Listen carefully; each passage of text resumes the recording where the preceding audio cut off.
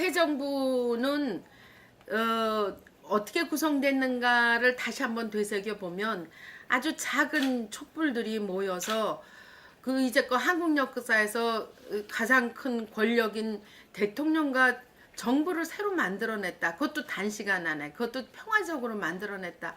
이게 그런 점에서는 정권 교체의 의미가 옛날의 정권 교체의 의미랑은 또 좀 다르다.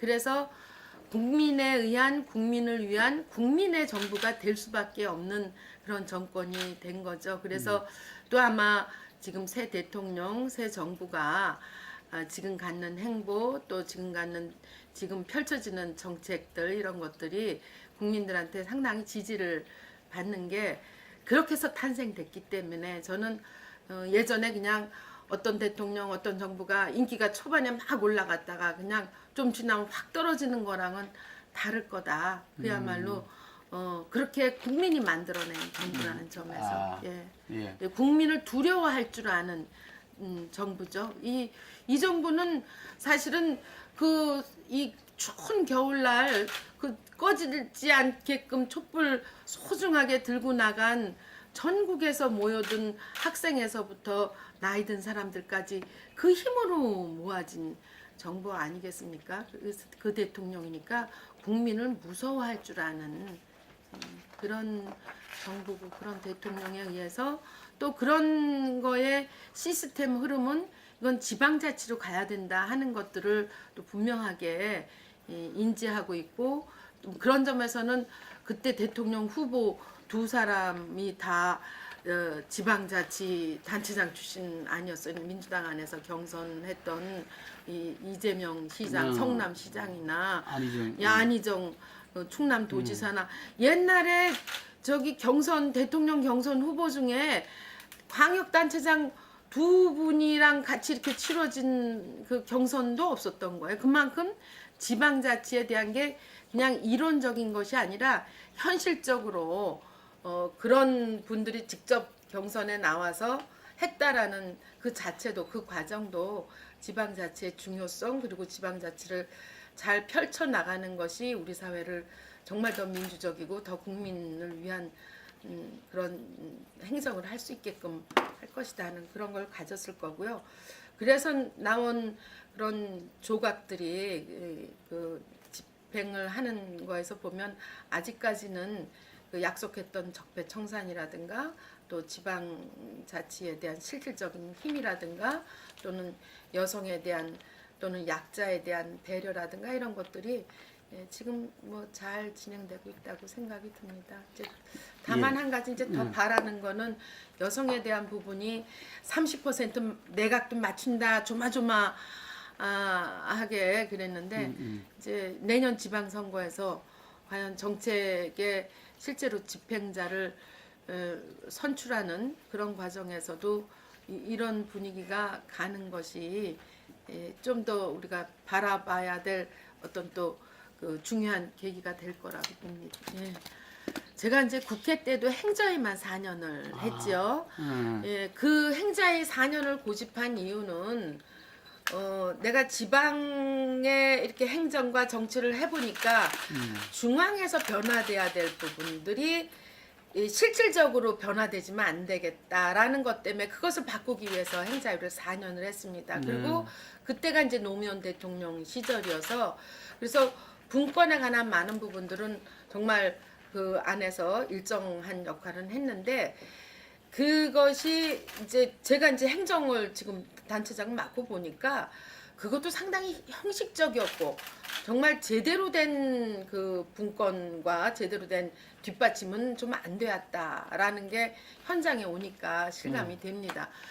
아마 전국 230개 지자체 중에서 가장 건의를 정책적으로나 또 재정 면에서나 뭐 이런 걸 많이 했던 데가 부평구가 그 중에 하나일 텐데 그럼에도 불구하고 늘 바위에 계란 던지기 같은 느낌 또는 연대에서 뭐 전국 구군수협의회 또는 목민간 뭐 이런 협의회로 뭐 인천 자체에서도 뭐 이러고 내도 연대에도 잘 그 중앙에 강고한 중앙 집권 일방적 체제, 일방적 관점이 깨지지 않는 부분들 그게 교묘하게 하여튼 되는 부분들 실질적인 힘을 못 받는 이유가 지금 한 1년 쭉 그 지방 분권에 관한 개헌에 관한 얘기를 같이 나누면서 보면 아 이게 헌법에 지방자치에 관한 내용이 명시되지 않아서 결국은 이 바위에 이 돌 던지고 바위에 계란 던지는 그런 느낌이 온 거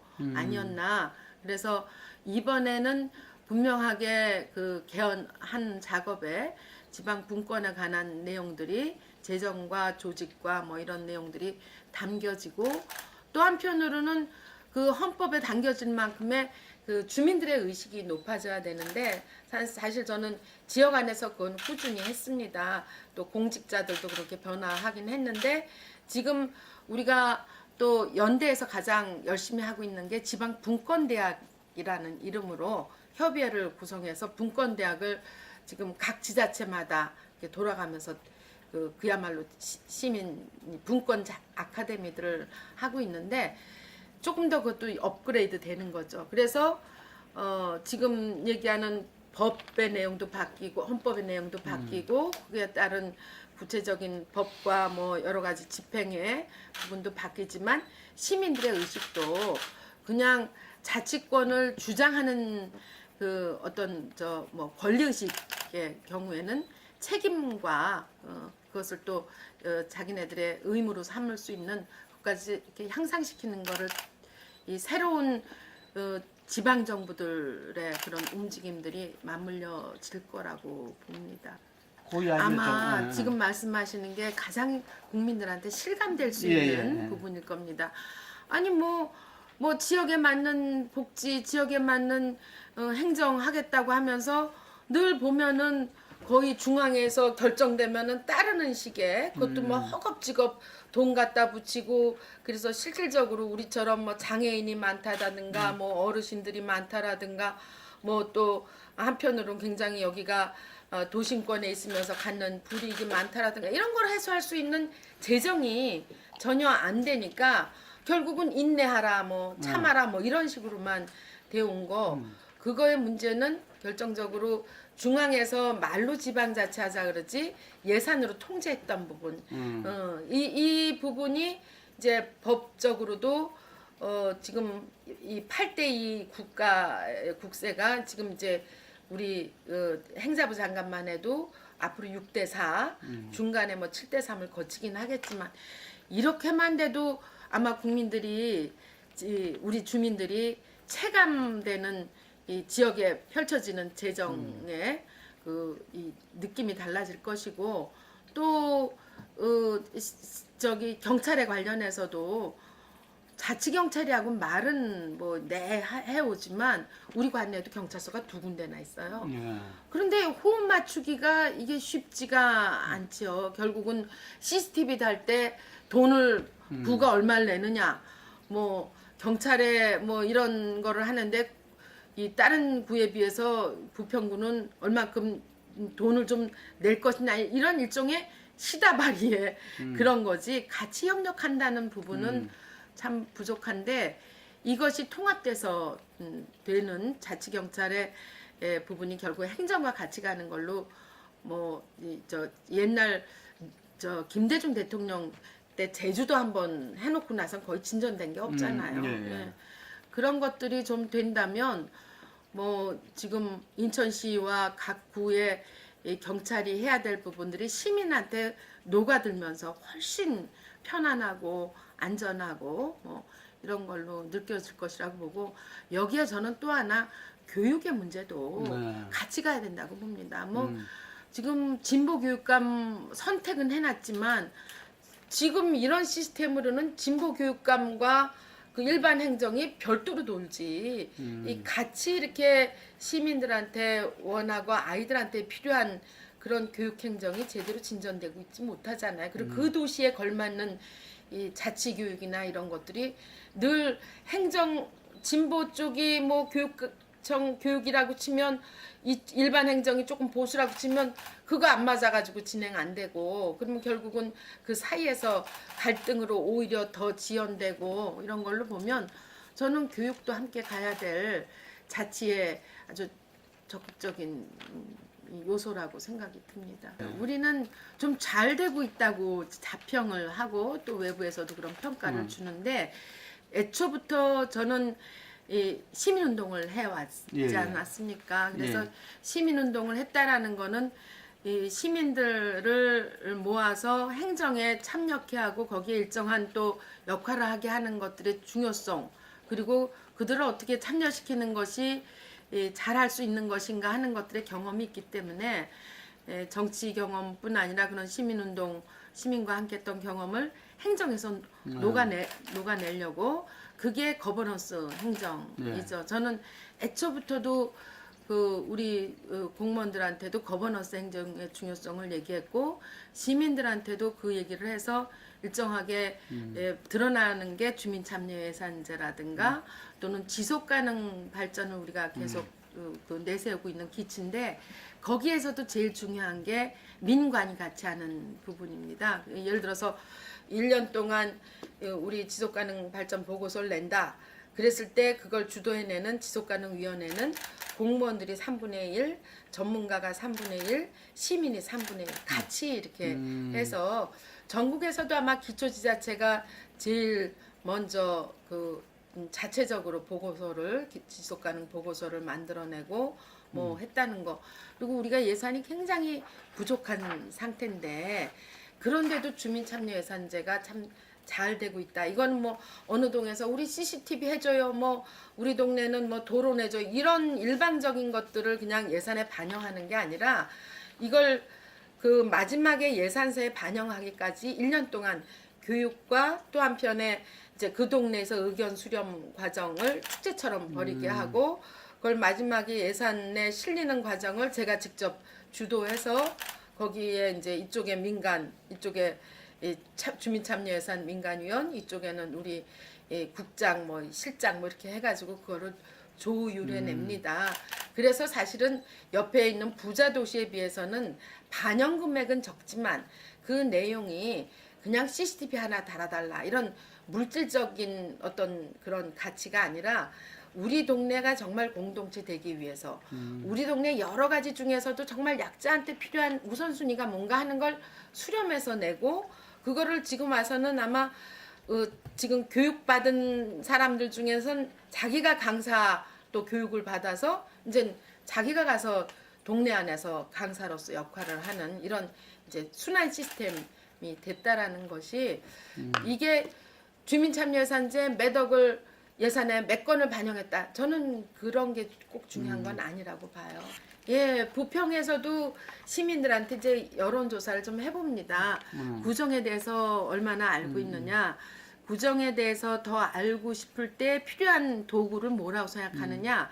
그러면 저희가 초반에 조사했을 때는 구정에 대해서 잘 모르겠다, 무슨 정책을 하는지, 또는 뭐 소통이 좀 안 된다. 그러면 어떤 방법이 좋으냐 이랬을 때 많이 나오는 게 이제 SNS 경우예요. 그래서 우리가 그간에 부평 사람들이라고 하는 지역에 발간지도 10만 부 발행을 하지만 그거는 이렇게 집에서 받아볼 수 있는 거라고 치면 이제 이렇게 우리 누구나 가지고 있는 핸드폰을 통해서 나갈 수 있는 SNS 부분을 많이 좀 강화를 했죠. 그래서 한 작년쯤 돼서는 그 이전에 했던 거에는 SNS 서포터즈 우리 시민들 중에서 뽑고 그분들을 교육해서 이제 블로그도 만들게 하고 뭐 이런 쪽을 좀 강화를 했더니 작년 조사에서 이게 훨씬 높아진 거예요. 아, 예. 네. 아, 구정에 대해서 많이 알고 있고 많이 안다는 건 긍정적인 걸로 가는 거고, 그리고 여전히 그래도 또 앞으로도 어떤 방식을 선택하겠느냐에는 SNS 쪽이 많이 있어서 저희들이 한 2, 3년 동안에 SNS 쪽을 제 개인의 것이 아니라 우리 구정의 알림이라든가 이런 것들을 다양한 방식으로, 그리고 또 참여하는 사람들에게 좀 더 이렇게 메리트가 되고 또 쉽게 받아볼 수 있는 그런 것들을 확대해 가는 거, 그리고 결과물을 조사 때 보니까 아, 성과가 있구나 이런 거를 봅니다.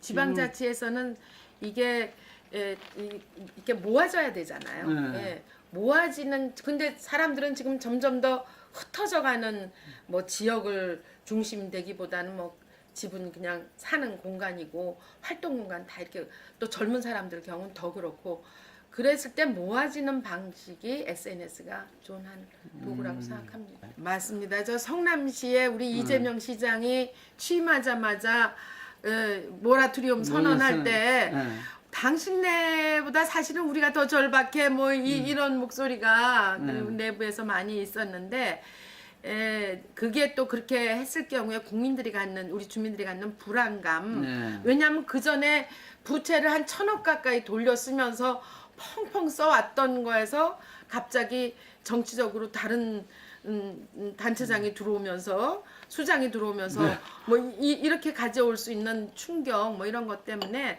그런 선언을 좀 톤을 낮춰서 대신에 이게 얼만큼 우리 재정이 어려운가를 주민들한테 알려주자. 그래서 가계부 구정 가계 구민 가계부를 만들었어요. 그래서 그걸 뭐 제가 이제 각 동마다 나가서 설명회 할 때 쫙 나눠드리기도 하고 또 그걸 기초로 한 무슨 토론회 같은 걸 열어서 실제 지금 우리 부채가 우리 예산이 5천억인데 저 아트센터 큰 건물 짓는 부채까지 포함하면 1,000억이 넘습니다. 그리고 그래서 우리가 이 본 예산에 당연히 들어가야 될 공무원 월급을 12달치를 못 올리고 8달치 월급만 올렸습니다. 본 예산이라는 거는 기본이잖아요. 그 기본 예산에 공무원 월급을 8달치 올렸다고 하는 거는 나머지 4달치는 예산 확보를 못했다는 상황이고 또 심지어는 그때 이 상여금이 중간에 나가는 때가 있었는데 돈을 도저히 이 현금 유동성이 아주 바짝 마르는 때여가지고 은행에서 50억을 꼬아서 냈습니다. 이거는 사실 아무리 뭐 상황이 어려워도 보통의 경우는 월급은 챙기고 있는데 월급을 못 챙겼다 할 만큼 어려웠던 상황인데 그 다음부터는 이제 뭐 결국은 56만의 구청장의 판공비가 뭐 이게 적은 금액이 아닌데 반뚝 자르고 또 뭐 우리 직원들의 온갖 수당 같은 것도 다 웬만하면 다 그냥 반납하든지 뭐 이런 거에서부터 토목공사를 일체 하지 않는 그러니까 뭐 토목공사 갖는 건 필요성도 있지만 한편으로는 이 좀 전시성이 좀 있고 또 한편으로는 좀 이 단체장에 조금 과시적인 부분도 있고 그런데 저는 제 임기 동안에 쉽게 많이들 짓는 주민자치센터 한 개, 그러니까 첫 임기 때 한 개 짓고 두 번째 임기 때 한 개 짓고 나머지들 경우에는 뭐 해왔던 것들은 어쩔 수 없이 마무리하는데 그 중에서도 도서관은 꼭 뭐 시기에 맞춰 짓도록 하면서 토목공사 부분 또는 뭐 축제에서 옛날에 7억 썼으면 딱 3억으로 자르고 뭐 이런 식으로 하다 보니까 1년에 거의 100억 가까이씩 갚았어요. 예전에는 1년에 100억 이상씩 부채를 썼다면 우리는 1년에 100억 이상씩 빚을 갚았습니다. 우선순위로 좀 모아지면 갚고 근데 더 어려웠던 거는 인천시가 우리 이렇게 재정난을 겪을 때 같이 겪었던 거죠. 거기도 뻥 터지는 시점이어서 그러니까 우리는 솔직히 말해서 재정 자립도가 30%밖에 안 되는 수준이었는데 지금 20%로 떨어졌지만 뭐 그 큰 집 바라보면서 쪼개서 받는 수준이 큰 집에서 이렇게 돈을 주는 돈에서 굉장히 인색하게 내려왔기 때문에 결국은 우리가 뭐 안 써도 되는 돈은 뭐 줄이는 건 문제가 아닌데 꼭 써야 될 돈에서 못 줘야 되는 그리고 가장 가난한 사람들이 많다고 하는 우리 부평구에서 그 일을 제대로 못하면서 가슴앓이를 좀 많이 했습니다. 그래서 그때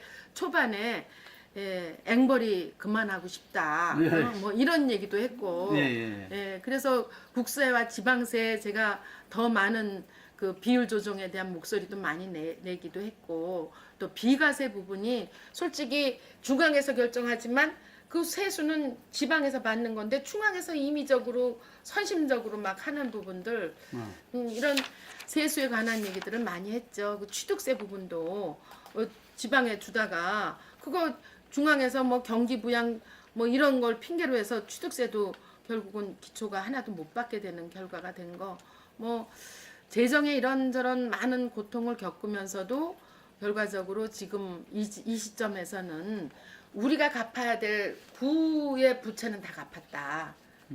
이제 시가 우리한테 내려보내줄 한 70억 정도만 그건 시부채니까 그러고 나서는 이제 우리가 하고 싶은 사업, 예를 들면 굴포천을 복원한다든지 또 음악 도시를 만든다든지 뭐 정말 미래를 위해서 꼭 해야 되는 사업에 대해서는 이제는 우리가 뭐 부채를 쓴다면 당당히 부채도 쓸 수 있는 그런 아주 홀가분한 입장이 된 거죠. 착공한다죠? 맞습니다. 예. 그러니까 지금까지는 이 내년에 착공한다는 얘기는 이제 드디어 콘크리트를 들러 뺀다 하는 얘기고 지금까지는 이 사업비가 한 600억 가까이 드는데 뭐 도저히 기초지자체가 이거 엄두를 내겠습니까? 뭐 성남시 정도면은 또 해본다고 화성시 정도 한참 요즘에 세수가 많이 들어오는 그런 데지만 우리 부평구에서는 이거는 구 자체에서 할 수 있는 사업은 아니니까 그렇다고 인천시 자체도 지금 재정난이 어렵고 또 생태에 대한 그 관점이 조금 낮기 때문에 그래서 저희들이 이 환경부에다가 직접 공모를 냈죠. 그래서 그 돈의 절반은 환경부가 내는 걸로 그렇게 지정을 받았고 지금 과정은 환경부에서 또 행자부 거쳐서 받는 그런 심사 또는 시가 환경부에다 올려서 실질적으로 받아내야 될 것들 이런 내부 작업은 잘 진행되고 있고 우리가 인천시장한테 가장 첫 번째로 요구한 시민들의 제 개인적인 게 아니라 시민들의 수건이 바로 굴포천 복원이다. 그 복원은 물이라는 거는 운물서부터 맑아야지 지금 여기 우리 15km 중에서 이 하류 부분도 잘 관리가 안 돼 있지만 상부인 한 2km 이상이 완전히 덮여 있고 이 덮인 데서 사실 썩은 물이 이 아랫물까지 또 오염시키는 거거든요. 그래서 이 상부 부분을 복원하는 작업을 특히나 민선 재선 대선은 6기 재선에서는 집중을 하고 이거에 관련한 걸 하기 위해서는 의회도 그렇지만은 뭐 우리 내부의 전문가도 모셔서 이 작년 축제 때는 부스를 하나 만들었어요. 이 굴포천이 복원되면 어떤 모양으로 갈 것이냐 왜 알려드려야 되냐면요. 거기를 보통에 다 이 하천을 복귀하면 그 위에 뭐 두냐면 주차장 두거든요. 그러니까 이거를 복원하는 과정에 시민들이 같이 좀 어려움을 겪어야 할 부분 또 뭐 예산도 그렇지만 그래서 시민들이 일단 그 부분에 대해서 우리 미래는 바뀌어질 건데 그 바뀌어지는 과정에는 우리가 같이 합류해서 합해서 해야 될 부분이 있구나. 그리고 복원되는 것에 대한 분명한 이게 맨날 정치인들의 립 서비스야 뭐 자기네들의 스케치야 이것이 아니라 확실하게 함께 할 수 있다 하는 것을 보여주기 위해서 지금도 1층 로비에 그 영상물이 계속 돌고 있습니다. 예. 어려운 사업을 하고 있는 중에 굴포천이 전체 하천 15km가 국가 하천으로 작년에 12월 말에 선물처럼 왔어요. 그러면 무슨 이익이 있냐? 이게 이 지방들끼리 다 하천을 뭐 관리한다니까 굉장히 돈도 많이 들고 또 제대로 이 깨끗한 하천이 되지 못하는데 국가가 관리하면 우선 비용이 많이 들어오게 되니까 그리고 또 그렇게 될 때 복원도 상당한 힘을 받게 되는 거니까 저희들은 작년에 받은 굴포천 국가하천이 작년 연말에 큰 선물이었습니다. 그리고 거기에 그냥 이 뭐 생태에 이렇게 꽃만 있고 뭐 이런 풀만 있고 이런 게 아니라 거기 이제 사회적 경제 이렇게 우리 청년들의 뭐 이렇게 작은 공방들 또는 뭐 음악이 좀 흐르면서 음악 도시랑 연결이 되면서 그런 음악의 스트리트 이렇게 되면서 아마 가장 그 물길과 음악과 사람이 함께 어우러지는 특별한 도시만의 공간으로 자리 잡게 될 겁니다. 여성들한테서는 이 지역사회에서는 실제 생활인으로서 굉장히 중심되는데 우리 부평처럼 군부대가 옛날부터 뭐 있어 왔고 또 공단과 자동차 공장이 있으면서 어떻게 보면은 이 생활 주인이라고 할 수 있는 여성들은 그냥 대상일 뿐이고 이제 불편한 그런 공간이었죠. 그런 것들을 차츰 바꿔 나가는데 그런 것 중에 하나는 이제 쇼핑의 거리인 문화의 거리에 여성들이 아기 유모차 끌고 쇼핑할 때 잠시라도 쉬거나 또는 뭐 편하게 갈 수 있는 거리를 일정하게 만든다든가 또는 집에서부터 500m 되는 버스 정류장이나 뭐 저 우리 동사무소 같은 데는 우리 여성들이 주로 가서 많이 뛰고 활동하잖아요. 그런데 길을 안전하고 조금 더 쾌적하게 만드는 여성 500보 사업이라든가 또는 그 집에 퇴근하고 가야 되는데 버스길에서부터 또는 전철역에서부터 집길이 좀 으슥하고 좀 늦었다. 그럴 때는 핸드폰에 앱을 설치해서 흔들면 곧바로 여기 CCTV가 전체적으로 다 보는 그런 시스템이 있거든요. 거기서 보면서 아 지금 동암역에서 시정 그 일동 자기네 집까지의 그 위치에 CCTV가 다 뜹니다. 그리고 이 여성이 걸어가는 길에 뭐 어떤 치안이 나타나면 곧바로 지구대랑 경찰이랑 연결해서 갈 수 있는 그런 앱을 해서 이제 홍보하고 많이 활용을 할 수 있게끔 한다든가. 예방 효과가 크겠네요. 예방 효과가 크죠. 그리고 또 한편으로는 우리 여성들이 많이 이렇게 모여서 있게 되는 뭐 문화의 거리 젊은 여성들한테도 그쪽 동네에서도 치안이 좀 건드릴 우려가 있을 때 뭐 흔들어서 경찰하고 바로 연결한다라든가.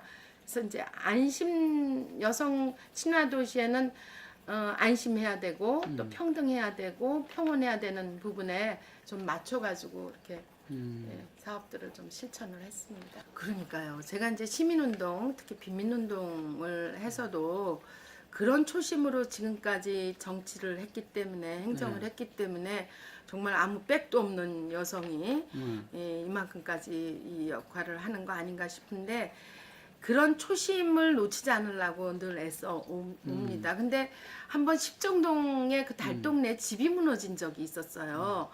그 집 무너지는 그 달동네에 제가 걱정이 들어서 그 동네 가서 몇십 일을 살았었습니다. 그 살면서 보니까 이 낮에 보는 가서 만나서 이렇게 얘기하고 뭐 동네 일 보는 거랑 새벽과 밤에 또 동네에서 이루어지고 만날 수 있는 사람들이 좀 또 다르다.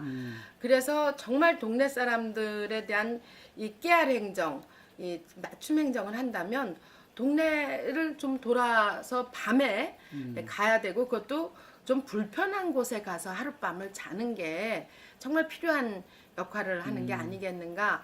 그래서 이제 22개 동을 취약 지역의 경로당이던 뭐 지역아동 센터든 뭐 이런 데 들어가서 하룻밤씩 잔 거죠.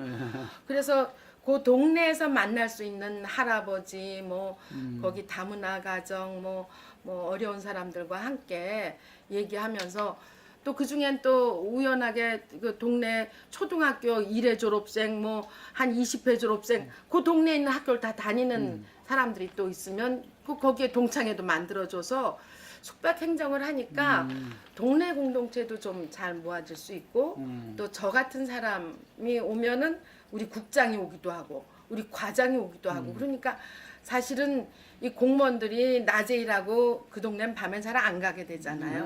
근데 나 같은 그래도 구청장이 가는데 그리고 가서 같이 있게 되다 보니까 우리 공직자들 전체도 안 보이는 이인치를 보게 되고 또 시민들도 이 현장에 와서 여기 바퀴벌레도 나오고 뭐 여기 막 밤길에 위험하고 했던데도 같이 돌아보고 이거에 대해서 작은 거는 우선 급하게 해결해주고 또 이 부서와 저 부서가 연결해서 해야 될 거는 제가 다음날 회의에서 또 연결시켜서 해주고 이래서 아마 제가 돈 없어도 유지했던 깨알 행정의 재미와 보람과 의미였던 것 같습니다.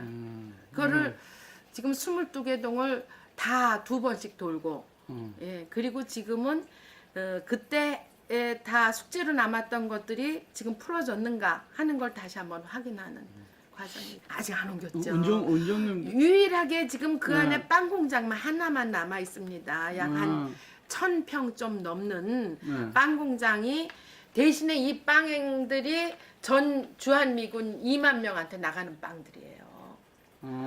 그 빵 전체 공장 미군한테 예예. 그러니까 새벽 3시부터 5시까지 이 전국으로 뭐 칠곡, 외관, 의정부 다 나가는 빵들이 여기서 만들어져. 미군들은 옮겼고요. 미군들은 미군은 그래서 셰프 한 사람만 있어요. 어, 그리고 거기 있는 사람은 한국 빵 기술자하고 어. 배달하는 빵 배달 운전사하고만 한국인들이 있고 유일하게 셰프는 미국인 하나 있는데 거기에 땅은 십수만 평입니다. 그러니까 이 십수만 평이 이 대추리로 옮겨간다, 빵 공장 옮겨가면 이 다 이제 돌아온다라고 하는 얘기가 벌써 몇 년째 되는데 평택이 늦어지면서 이 빵 공장도 좀 늦어졌는데 올해 말로 다 옮겨갑니다. 근데 중요한 건 그 다음에 이 안이 이제 오염됐다라고 그러니까, 보는 거에서 오염된 부분을 정화해야 되는 문제가 있는데 이 정화의 책임이 어디 있느냐 하는 공방이 좀 그 시간이 걸릴 수 있다. 그런 점에서는 지금까지 미군 부대 많은 부대가 어떻게 오염의 최종 대책을 세웠는가를 봐서 여기는 가장 신속하게 할 수 있는 방법을 선택해야 된다고 보고 또 한편으로는 빵 공장이 있는 미군 기지는 오염된 부분이 좀 특정한 부분에 적지 않을까. 그냥 군부대로 막 군인들이 막 이런 게 아니라 자기네들이 전 미군들이 먹는 빵 공장이 있는 곳인데 예, 그렇다고 치면 오염의 이 면적이 그렇게 크지 않다면 정화 작업은 누가 하는가의 책임 돈만 지금 뭐 그게 문제지 정화 작업은 그렇게 오래 걸리지 않을 거라고 보고 우리는 저기 인천시는 지금 저게 한 5천억 가까이 되거든요. 그 중에 3분의 1의 돈은 이미 국방부에 냈습니다. 10년 연부로 한 번에 다 5천억을 못 내니까 그래서 이미 지금 한 3분의 1 돈을 냈기 때문에 우리로서는 국방부에 야 오염 안 된 데는 미리 달라. 우리가 좀 쓰자. 100년 동안 이 땅을 못 써왔는데 그러면서 이 공원을 일부라도 받는다면 정말 부평이 인구는 인천에 뭐 한 20% 가까운데 면적은 한 3%밖에 안 되거든요. 굉장히 밀집도가 높은데요. 뭐 생활체육할 공간도 없고 또 문화 공간도 없는데 그 뭐 일부라도 떼서 주민들한테 하게 된다면 공원으로 또는 뭐 시민들의 쉼터로 또 쓸만한 막사는 재활용해서 시민들의 뭐 문화 무슨 그 막사 활용장으로 뭐 이렇게 쓸 수 있다고 보고 그렇게 될 경우에 있어서는 굴포촌 복원되고 미군 부대가 공원화되고 뭐 그리고 요즘에 그 미군 부대 바로 앞쪽에 부평공원이라고 있는데 거기에 위안부 소녀상 있고 또 그 징용 노동자상 바로 얼마 전에 건립됐습니다. 광복절 그 바로 즈음에서 그래서 여기를 역사가 정말 아픈 역사가 있지만 이걸 잘 극복해서 평화의 도시로 가는 상징이 되는 지금 시점이라는 점에선 저희들이 미군 부대까지 나가고 난 뒤에는 부평의 위상이 옛날에 아이고 뭐 좀 한때 뭐 산업 뭐 군사 뭐 그리고 돈 없어서 뭐 이런 것들의 모든 오명을 벗어내는 좀 특별한 도시가 될 거라고 봅니다. 근데 그게 아마 제가 숙박 행정을 그렇게 했던 결과에 그러니까. 포함되고요. 또 아까 SNS를 활용한 구정을 알려주는 노력 이런 거랑 많이 맞물리는 것 같고요. 그다음에 토목공사 대신에 이제 꼼꼼한 그분들의 입장에 맞춘 그런 뭐 아까 말한 여성 친화 도시도 사실 큰 돈 들이지 않고도 시민들하고 늘 함께했던 그런 결과물들 아닌가 생각합니다. 이건 우리 박원순 시장도 우리 부평에 벤치마킹 해갔고요. 성남시도 그렇게 갔는데 저희들은 늘 앞서서 이 부분이 진일보하고 있습니다. 제가 부평에 딱 행정수장 맡아서 했을 때 그때 가장 갈등이 높았던 사안이 송전탑을 중심으로 해서 그 주민 간 갈등 또 관과의 갈등이 있었는데 그게 제일 큰 숙제였어요. 근데 그때 제가 이건 공무원들하고만 문제를 풀거나 뭐 붙여놓고 민들끼리 얘기해봐라 할 사항은 아니겠다 싶어서 이 분야를 전문으로 했던 전문가를 하나 투입을 했습니다. 음. 그 전문가는 딴 거 안 하고요. 거의 뭐 2달간을 거기서 살고 울고 밤에 얘기하고 이런 과정만 했어요. 아. 그리고 2개월 뒤에 저희 그 조그만 이제 회의실에서 특채를 한 겁니까? 예예 특채를 했습니다. 전문가를. 그래서 그 친구가 가서 정말 뭐 혼신의 노력을 같이 해서 그 민과 그리고 한편으로 필요하면은 담당하는 시설직 우리 직원들 같이 해가지고 했는데 2개월 뒤에 우리 회의실에서 양쪽 다 부르고 관도 불러서 우리 직원들 불러서 했는데 첫 번째 문장이 우린 서로 싸우지 않겠다. 뒤에 뭐 돈 문제도 있고 뭐 여러 부지 선정의 문제가 있지만 그 문제는 차츰 해결해 가고 이젠 더 이상 싸우지 않겠다. 그러고 나서 아직까지 한 번도 안 싸웠어요. 그래서 저는 이 갈등 조정의 그 조정관 역할이 실제 사회적 비용을 상당히 줄이고 우리 내부의 공동체성을 많이 강화시키고 행정도 상당히 생산적으로 갈 수 있다라는 걸 깨닫고 그걸 아예 제도화하기로 한 거죠. 처음에는 그냥 그 한번 해보시라고 맡겨놨다가 그걸 상시로 했는데 그렇게 하면서 우리 내부에 우리 직원들도 고질 민원 뭐 이런 네. 거에 많이 시달리는 직원들도 한편으로 갈등 예방법 또는 뭐 힐링하는 방법 뭐 이런 것들을 해주고 또 여기 재개발이 많아서 늘 싸움이 많은데 그 싸움에 대해서도 좀 조정을 한다든가 우리가 관에서 이런 지금 노인복지관 하나 지려고 하는데 주변에 주민들이 안 된다 이런 분위기 많을 때 조정관이 들어가서 역할을 해내고 이럴 때는 우리 혼자 못하면 단국대의 그 기능을 잘하는 센터가 있습니다. 단국대 전문가랑 같이 이렇게 용역을 주기도 하고 또 그 외에 전국에서도 잘하시는 분들은 우리 위원회를 갈등조정위원회를 두어서 각 부서 니네 갈등안 있으면 올려봐. 그래서 뭐 한 두어 달에 한 번씩 갈등안을 내놓습니다. 그럼 그 거기에서 심의를 하면서 요건은 정말 우리가 한번 다뤄보자. 그러면 투입이 돼서 이런 식으로 하다가 올해 2월에는 이 힐링 센터까지 만들었습니다. 그래서 이제 우리 나비공원이라고 이 생태 체험할 수 있는 공원이 있는데 그 공원의 자리에 그냥 약간 좀 뭐 규모를 한 30평 정도 교육할 수 있고 이런 공간을 만들어서 이 지금은 청소년까지 또는 뭐 주차 지도원까지 또는 저기 그 뭐야 소방서 직원들까지 와서 다 이런 힐링 교육을 받고 있습니다. 예방 뭐 갈등 교육도 받고 있고 이런 거는 거기 왔을 때 다른 전문가들이 갈등 예방 교육도 쉽지 않고 그거 하는데도 많지 않은데 나아가서 힐링 치유 프로그램까지 한다는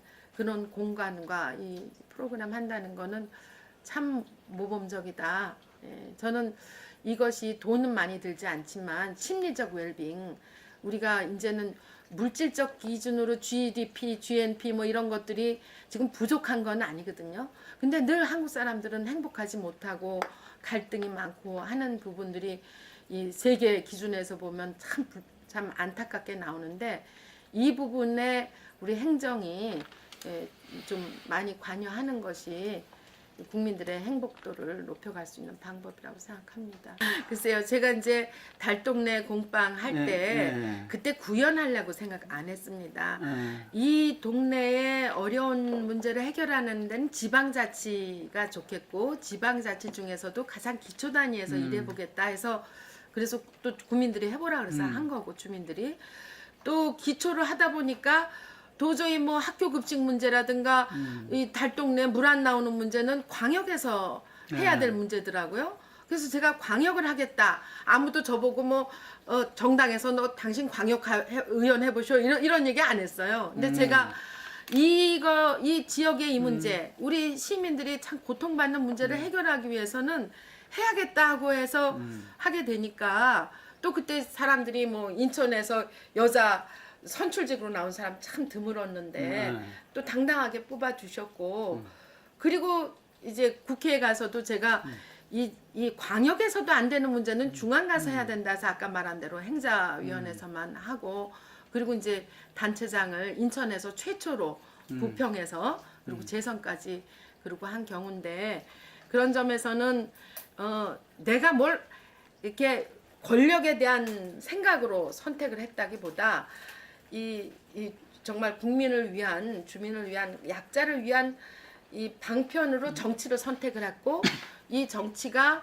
이 도구가 조금 더 커야 이 문제가 된다라고 생각했을 때 다음 단계로 갔습니다. 그리고 거기에는 늘 함께 해주시는 주민들이 그거에 결국은 응해 주셨기 때문에 된 거여서, 저는 부평에서 가장 돈이 없을 때, 가장 재정적인 것뿐 아니라 환경적으로도 어려울 때, 이 여러 가지 것들을 또 비전을 지속 가능이라고 하는 이 지금 세계의 화두지만 한국 안에서는 참 어려운 지방 행정의 길이었는데, 그 길을 지금 이렇게 잘 진행해서 전국지방정부 지속가능협의회 회장도 지금 맡고 있게 됐거든요. 얼마 전에. 근데 지금 새 정부가 바로 저희가 지향하는 그 행정 쪽으로 가는 거라고 뭐 많이들 생각을 하고 있습니다. 그런 점에서는 인천 안에서도 기회가 되면은 참 이렇게 바꿔보는 게 좋겠다. 철학이 있고, 또 시민들의 이 면적만 넓어지고 뭐 이런 게 아니라 정말 행복감이 느껴지는 도시로 가는 데 있어서는 내가 해본 행정의 경험이 좀 바탕이 돼서 했으면 좋겠다, 이런 생각은 하고 있습니다. 근데 다만 늘 제가 정치하면서 어려운 부분은 본선에서의 이 남녀가 같이 있을 때, 그리고 온 그 주민들이 정치에 대한 기대, 이런 것들은 거기서 내가 그걸 수렴해내는 건 괜찮은데, 정당이라는 것이 거의 남성 중심적이고, 예, 특히나 민주당이라고 하는 진보적 정당이 대체로 오히려 정치적 그 보수이면서도 여성에 관련해서는 선거 전략에서 더 많이 배려를 하거든요. 지금도 기초단체장에 여자가 민주당은 둘이고요. 재선은 저 혼자지만. 근데 저기 이 새누리당 지금 두 명이라는 것은 전국에서 두 명이라는. 예. 전국에서 2명이에요. 민주당 쪽으로는. 그것도 재선은 저 혼자고. 그리고 또 한 분이 누구죠? 양천. 아, 양천. 예. 그리고 지금 근데 새누리당, 지금 자유한국당 경우는 그 전에도 지금도 저희들의 3배쯤은 됩니다. 그것도 제일 뭐 서초, 강남, 송파, 부산, 대구 뭐 이런 쪽에 다 후보자를 그냥 내는 거죠. 그렇죠. 근데 부평은 뭐 그런 곳이 아니죠. 치열하게 싸워서 해야 되는 곳에 제가 민주당 첫 1호 구청장, 여성 구청장입니다. 근데 이게 지금 내년에 있어서도 우리 정당 안에서 지금 대통령이 정말 내각의 30%를 정말 과감하게 그렇게 해서 양성평등한 나라, 이게 국가 동력이다라고 보고, 또 그 새로운 나라다운 나라 만드는데 이게 어떤 가치라고 본다면, 내년 지방선거에 있어서도 그게 반영된다면, 그리고 적어도 공정한 내부의 그 시스템이 정당 안에서 여성들이 이렇게 굉장히 이렇게 나오기 어렵게 만드는 구조가 아니라 더 잘 나갈 수 있도록 한다면, 저는 뭐 얼마든지 호미로 세상을 바꾸려고 했던 걸 삽으로 조금 더 노력하고 포크레인으로 노력하고 하면서 랄프 에머슨 시처럼 내가 태어나기 전보다 더 좋은 세상 만들고 떠나는 게 그게 성공이라고 하는 그 명제를, 그 귀절을 가슴에 담고 있는데, 내가 어떤 권력을 갖더라도 더 좋은 세상 만들어 놓고 가는 거, 그리고 그것이 이왕이면 호미보다는 삽이었으면 좋겠고 삽보다는 포크레인이었으면 좋겠다 생각합니다. 정의의 평화 부분은 그 분명한 시대 정신이고 그게 촛불 민심이라고 생각합니다. 거기에 지금 지속 가능 발전이라는 거는 특히 인천에는 GCF가 유치돼 있습니다. 예, 이젠 유엔이 아니라 GCF가 세계의 이 연맹처럼 될 것입니다. 이 기후 변화가 얼마나 중요한 이 지금 화두입니까? 전쟁은 이제 총 가지고 싸우는 전쟁이 아니라 기후 변화에 대한 싸움이 될 텐데, 그 GCF가 인천에 유치됐는데 사실은 인천이 결코 지속 가능한 도시의 전형이 되지 못한다는 겁니다. 그런 점에선 저는 이 인천의 이 도시의 철학과 그 방향을 정의, 평화, 지속 가능 발전, 그리고 그 안에는 시민들의 행복 포함하고 싶습니다.